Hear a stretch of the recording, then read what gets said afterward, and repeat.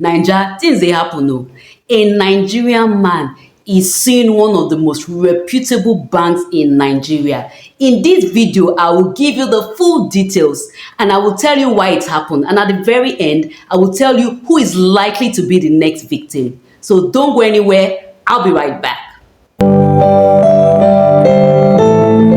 Just imagine that our loved ones that passed away many years ago came back to the country, were resurrected and they came back to the country. Trust me, some of them will swear that this is not Nigeria. They will say, no, this is not the Nigeria. This is not Nigeria. This is another country. Do you know why? The things that are happening these days are things to be really worried about. Now, there's an ongoing situation, something happening in Nigeria. A man that kept more than 500 million naira in his account wanted access to his account one day and was denied access. He's the owner of the account too. He didn't say it was a joint account, his personal account. He could not get access to the account.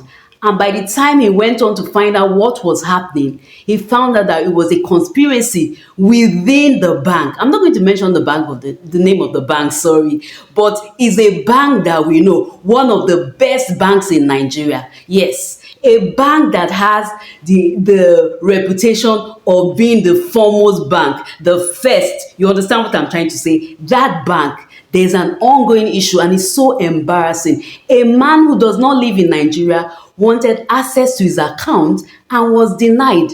And he's alleging that there's a connivance within that bank. So do you know what he has done? He has sued the bank.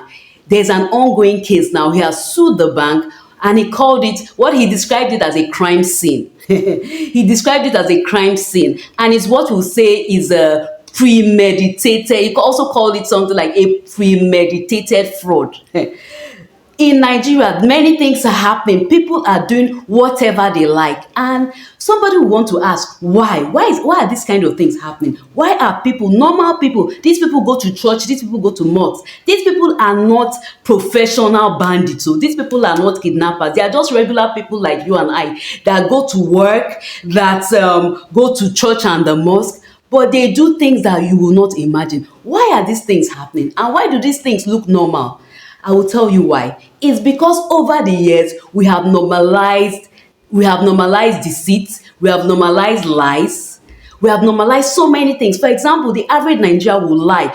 For example, if you want to apply for a visa, the average Nigerian will lie. On their forms, they will write things that are not true, and even their men of God or whoever will endorse it. There are women, married women. I know a particular story. A married woman and her husband, they were so desperate to relocate to America. They had a divorce with the full knowledge of their men, their pastor, their man of God. They had a divorce, and just to get papers, the woman went to marry somebody else, and it looked as if the man went to marry somebody else just to get papers. So we have normalized lies, we have normalized deception, we have normalized idolizing people that have unquestionable wealth. For example, let me just share a small story. I went for a wedding. There was a wedding, a relative of ours, that I was part of the people. You know, when your relative is having a wedding, you are very involved, you are very busy. So I was so busy. And now one relative now called me and she was like, that they were insulting somebody. That something happened. I thought maybe they did not give her food or something. So I went there, I thought, what happened? Said that they did not call somebody. They did not call somebody that was a known person, a known like politician. They did not call him his name. They did not say chief. They did not call him as chief. I was shocked because I could not understand. This is someone that, like, she's hardworking, she's hardworking, she does legitimate business. But we have come to the stage that even those that are hardworking, those that are do legitimate businesses, they now endorse crimes. That's the truth. Let's call it what it is. And now to the end, who is likely to be the next victim in this kind of thing? You know what? Any Nigerian can be the victim. Any Nigerian. If your money is in a bank, you can remove it from that bank, put it in the next bank. Do you know what will happen? You can be a victim.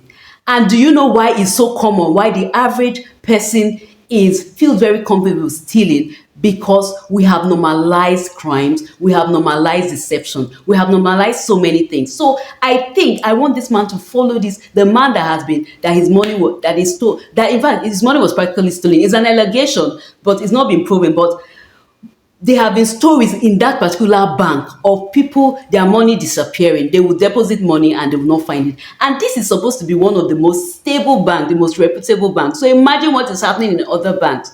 So this is a wake-up call for us Nigerians. It's not a time of saying, oh, is this other person, is this other person. We're all guilty. If we check our lives, what we've been doing in the past, we've been endorsing criminality one way or the other, directly or indirectly. We've benefited one way or the other. So it's time for us to come to a place of repentance as Nigerians. We have to start asking ourselves real questions. We have to now start checking what we promote. And our young people are seeing us. We may say we go to church, we go to mosque, we may pretend to them, but they really know our hearts. They really know that, oh, this person, mommy or daddy likes this thing. So you cannot deceive young people. And the people coming after us, the kind of things that they are doing already, is something to be scared, something that will make everybody afraid. So I'm appealing to Nigerians. We have to come out of this hypocrisy of assuming that the next person is guilty. And I'm speaking to myself. Whatever you are doing and that is wrong, you may say it's small, nobody notices. It's something I can do and get away with it. It's not something we can get away with it. We can end up being victims. And even if you travel outside the country, you feel that, oh, because I'm abroad, I can defraud, I can be a fraudulent person and now settle abroad. I'm telling you, you are not escaping. Whatever you do will catch up with you. That's just it. The law of karma or nature, whatever it's called, will catch up with you. You cannot do evil. Maybe it's even the day you step into Nigeria that you now understand what it is. You will now know that, oh, I did not run away. That's just the truth. So till I see you in the next video where I'll talk about something equally passionate. I'm sure this particular video is not so put together. I just had to talk. So I'm sorry if I made any mistake or slips, but it's something we need to talk about. So till I see you in the next video where I talk about something equally useful for us. Take care and stay.